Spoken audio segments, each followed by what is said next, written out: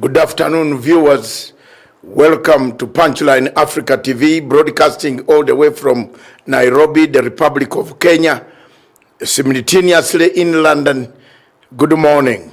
Good morning wherever you are in Babazonia, Ground Zero, and in West Africa and most of the parts of Southern Africa, where it is still good morning. Viewers, this is a special assignment or exclusive broadcast regarding the situation in the judiciary of the Republic of Kenya. Viewers, as you may know, for the last 2 years, since August 2017, my television and other pressure groups, Pan-African groups, Pan-African Forum, think tank, several of my think tank organizations affiliated to peace and Pan-Africanism in Africa have been pointing out the pitfalls of the judiciary in Kenya. We have been telling the people of Kenya that the entire judiciary of the Republic of Kenya is corrupt, incompetent, takes bribes, fails to deliver justice. It is no longer the altar of justice, especially the Supreme Court, which is the apex court, the highest in the land of the people of Kenya. I personally have been on the forefront to fight for this justice to return. I was a victim. I'm still a victim of a bad judiciary, a bad, incompetent Chief Justice who has not, up to date, realized that his methods of administering the court have led us to where we are today. President Uhuru Kenyatta and the people of Kenya underwent an election, a second election, after the NGO-sponsored on capture of the judiciary in 2017 accelerated the cancellation and nullification of the 2017 elections, thereby costing the people of Kenya 42 billion gone to the drain and another 12 billion for a second election. Since then, the train of civil or evil society has infiltrated the judiciary of the Republic of Kenya, surrounded it, captured it, used it against the state or one arm of the government in the Republic of Kenya. The Chief Justice and other members of the Supreme Court have been hostages of civil societies sponsored by George Soros, equipped by George Soros, supplied by George Soros, and to some extent financially manufactured by George Soros to create a regime change in Kenya. From 2012 or 2013, I have constantly told the people of Kenya that their actions or there are darker forces outside this country that are bent on regime changing the government of President Uhuru Muigai Kenyatta. The darkest forces paid, the darker forces, external forces, from 2013 have used several avenues into the Republic of Kenya, including money laundering through NGOs and the civil societies that all of you in Kenya know were used as another arm of sabotaging government efforts in the process of democratization and in constitutionalism that Kenya has had and continue to have since the new constitution came into existence. Viewers, it is these external darker forces, these darker forces funded by external agencies, namely Vanguard Africa of Jeffrey Smith, Kofi Annan Foundation of the late Kofi Annan Foundation, Open Society Foundation of Mr. George Soros, through bank accounts in Paris, that monies and illicit money, laundered money, dirty money, through NGOs arrived in this country. And some of this money found its way through the hands of the businessmen that you are seeing being captured. Some of them who are very close to the courts, very close to the judiciary, very friendly to the judiciary, very attached to the judicial officers, whom we shall name in the due course, or today later. Since then, the judiciary became a hostage of evil society malcontents who were after a regime change because they were not happy with the two men who were leading this country, namely President Uhuru Kenyatta and William Samoei Ruto. The reasons why the judiciary and the civil society were not happy with the two is the question of ICC, which should not be left out of the chapter when you touch the judiciary of this republic. Before Chief Justice Maraga came into existence,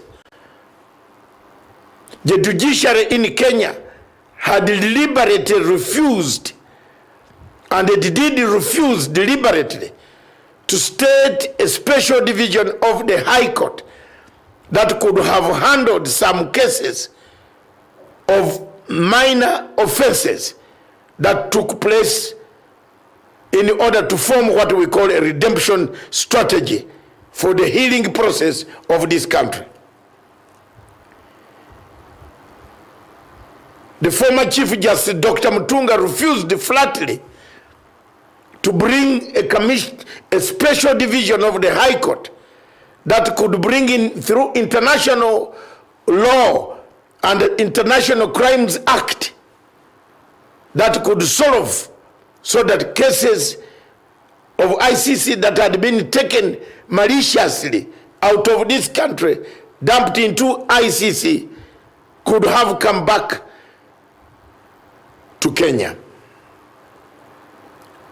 Viewers, the situation in the Republic of Kenya became worse, with NGOs capturing one arm of government. As my production team will show you, you saw all agencies from the world focusing on the Supreme Court. Professor Makau Mutua had an agency. The World Bank had an agency. Another organization from the Dutch government had an agency inside there. Githongo had an agency. Gladiwell Otieno had an agency. Haki Yetu had an agency. Kura Yetu had an agency into the Supreme Court. The problems of the Supreme Court of Kenya and the judiciary in Kenya were compounded by the election, nullification of the election of 2017, of which these agencies that I've just mentioned pressurized, captured the Chief Justice and the Deputy Chief Justice, namely Justice Maraga and the Deputy Chief Justice Mwiru, who were very instrumental in causing the nullification of an election on the basis of bias that we later on saw a repeat of another election, that the petitioner did not come back to take part in that election. What does that tell you? It tells you that the first mission was purely to plunge the country into chaos as manifested by George Soros. George Soros' regime change tactics come into different angles in commercial businesses, in money laundering. People might ask, why George Soros? Why is it that he operates in America where the laws for money laundering are very strict, but he has never been reprimanded by any court in America for money laundering? Where are his finances kept?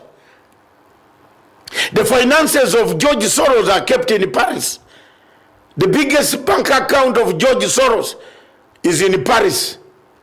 It is in Paris that Kofi Annan and the wife of Kofi Annan and Dr. Kofi Nana and Jeffrey Smith of Vanguard Africa and the former Assistant Secretary of State for African Unit Affairs, Johnny Carsons, and several other people draw the money to come to Africa and give it to African politicians to molest their fellow Africans. It is through that account and through those accounts that most of these NGOs plug the money, bring it to Africa to destabilize institutions like the judicial system of the Republic of Kenya. Viewers, the court grew from bad to worse. There came problems of personal hatred by the judges, especially Justice Mwiru, Philomena Mwiru, the Deputy Chief Justice, who personally is very hateful. She hates certain tribes in this country. I would not like to mention on this national television the sentiments that she made while we are in Khartoum at the invitation of President Bashir. But I will leave it for another day when the time comes and when God directs that I do it. It is that type of hatred, the hatred for one person, hatred for certain tribes and some people, with that background of the ICC chief prosecutor involvement and the Kofi Annan involvement in Kenya, that brought the background that made Maraga fall into the pitfall of hating the current government of President Uhuru Kenyatta without reasoning, without calling, without finding out why there is that type of hatred. It is from there that this type of what you see, the confusion that you see in this Supreme Court of accusation against accusation, each accusation against each judge against the other, and the judge also says, I did this, that one says, I did this. It is upon this and this type of confusion that was in this court that it blew up to the level where today, out of 7 judges, 6 judges have petitions. The 7th one is because other people have not tried to come in to expose the confusion that he might have brought in other places before he arrived in the Supreme Court. It is this type of behavior that there is no more salt left in the Supreme Court of the Republic of Kenya. There is no more salt. And the Bible said once salt becomes saltless, the salt is not salt anymore. Piecemeal changes, piecemeal interrogation by JSC of Professor Jackton Ojwang, Onjoki Ndungu, all other judges that are online or smoking Wanjala. Piecemeal interrogation will not save the image of this court. The image of the Supreme Court of Republic of Kenya is dented, is finished, is gone. It actually went down from that election. It never recovered its image at all. It sank of law when a Deputy Chief Justice became an estate agent dealing with housing and buying houses instead of dispensing justice. It became more confusing when the Chief Justice became incompetent and was not able to run the show as the head of the JSC, which is the head of the Supreme Court of Kenya. It has become more confusing when 5 judges out of the lot, excluding the 2 who are gone, all of them are dented or have accusations or have to clear themselves or have to bring their lawyers or have to have a tribunal. The center cannot hold. Looking at all this evidence on each of them and seeing the evidence that some of us have quietly acquired and kept for the purposes of making sure that this court functions, you cannot have a Supreme Court where the Chief Justice has a petition on his head. The Deputy Chief Justice is in court battling for her life. The 4 other judges are also going to the tribunal to battle for their lives. The integrity of the court and the justice, the amount of pain and anguish, the anguish that the Kenyans have gone through listening to corruption, bribes, bribery, the type of cars being bought for women judges, Range Rovers, the amount of meetings in particular places in Karen, the evidence gathered where it has become a one-stop one stop or one stop corner where justice is bought in a recreational hall. And these are serious accusations against the court. There is no way in this world of Africa, whether in my own country, Uganda, where I was born 60 years ago and above, where you would sit and watch the temple of justice, the altar of justice. The altar of justice is an altar of justice being framed, told, equipped, and everybody talks about it as a laughing stock, and you keep quiet. It is therefore the onus lies on Chief Justice Maraga that you have a petition and you are writing another letter to the president to recommend for Jackton Ojwang to be put on a tribunal. One wonders, why haven't you first of all also replied to the petition? That is before your head. My Lord Chief Justice, you have a petition of almost 20 pages with very serious, some of the allegations are so serious that once they are investigated, they could come out to be true. The basic thing in Africa, in such circumstances, or in developed democracies, or a developing democracy like Kenya, is to stand up and apologize, vacate, and give chance to the people of Africa, of Kenya, to get new other judges to take over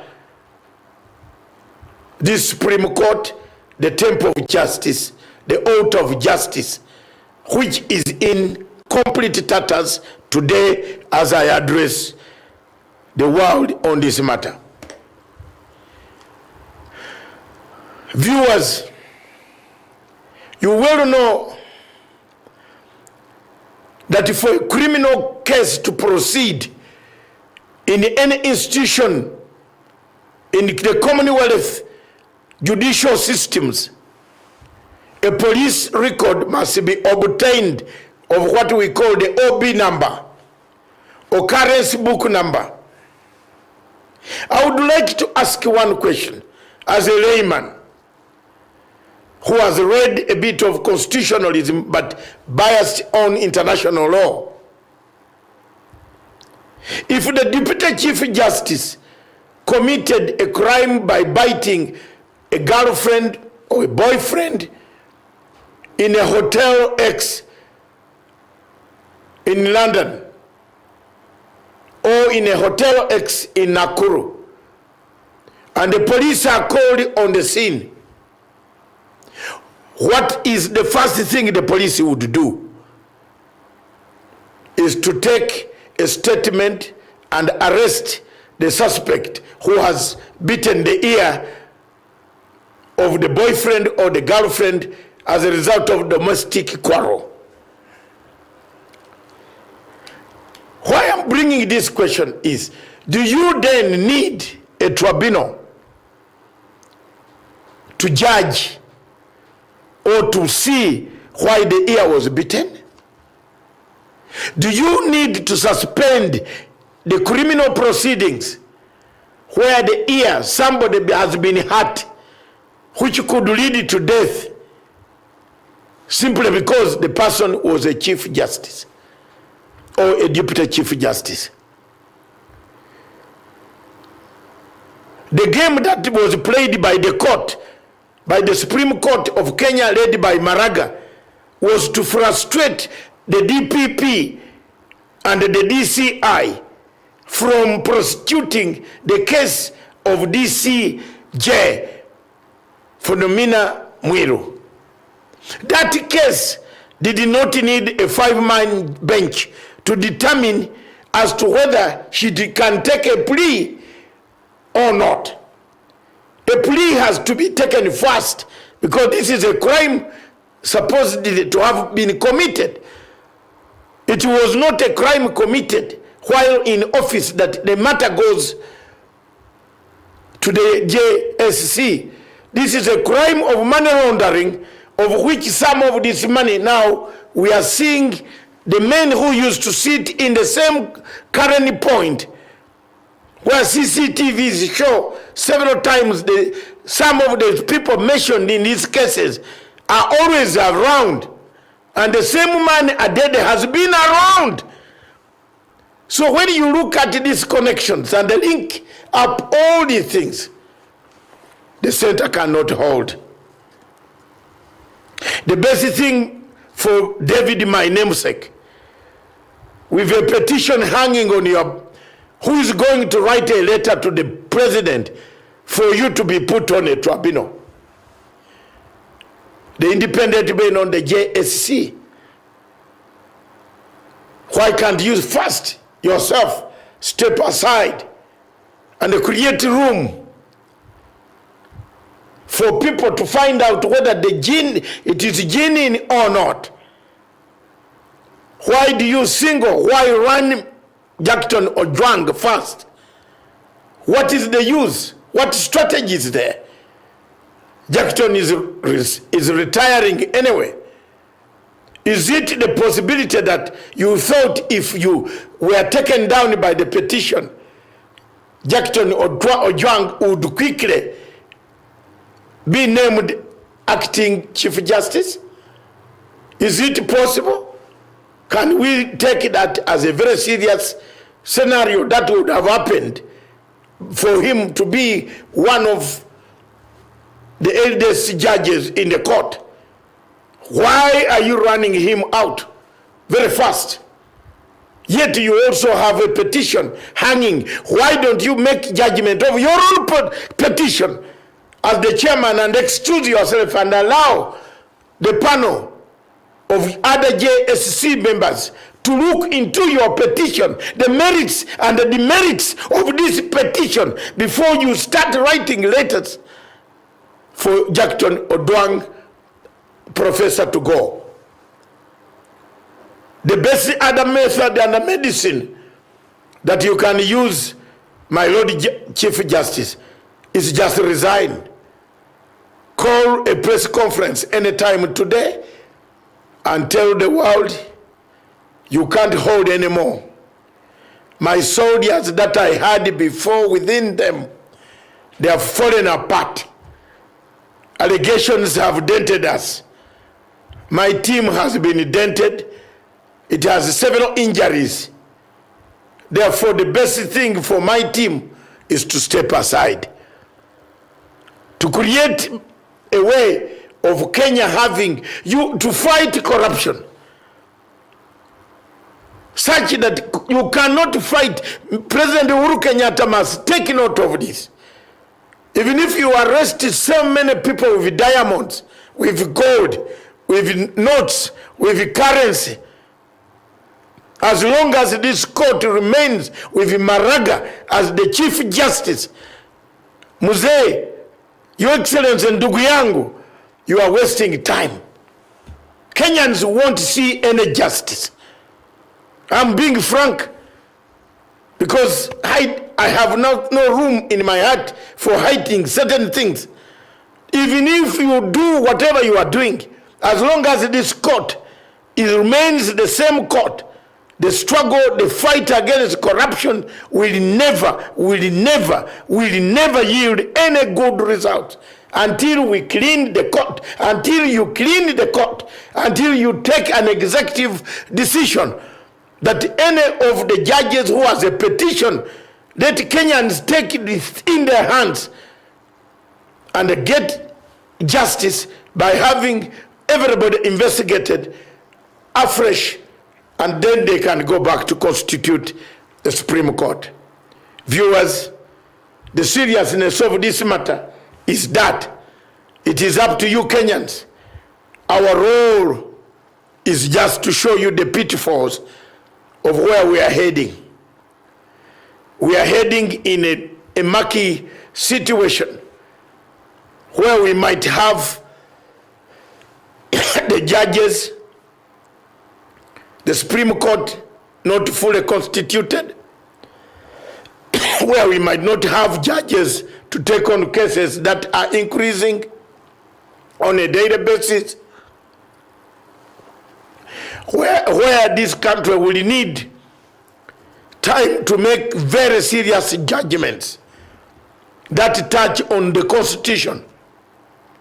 Whoever is playing this tune of regime change is using several approaches to tackle the center. And the center that is being tackled is President Uhuru Kenyatta. And His Excellency Uhuru Kenyatta must hear this. It is you they are targeting. Because whatever you go, whichever direction you go to Parliament, there is a section of MPs of his own party who are busy plotting at night, meetings in Mombasa, in Eldoret, in Nairobi, in Bungoma, in Garissa, in Nairobi, in Kisii, in Kisumu. There are so many meetings taking place. And these meetings can only be neutralized later on when they come to the surface by a better judiciary.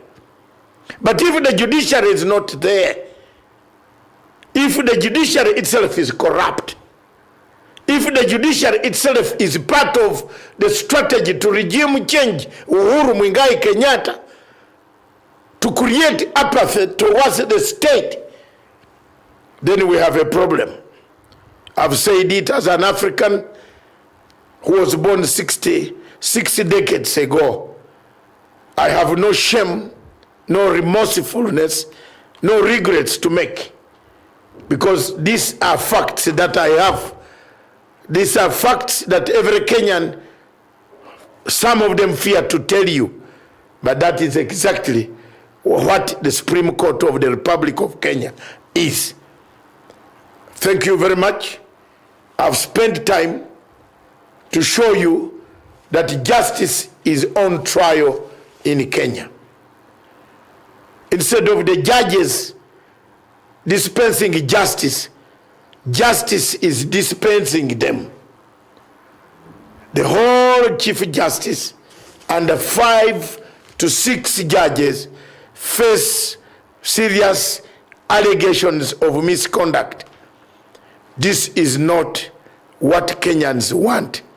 Kenyans want a judiciary that is independent, relied on, capable of arbitrating and looking at the law, interpretation of the law, to make sure that justice is delivered to parties that are aggrieved. But looking at the way things have happened, the center cannot hold anymore. Things have fallen apart in the Supreme Court. Let's take a short break. When we come back, I will be discussing what next and where next and how can we get the solutions. Thank you.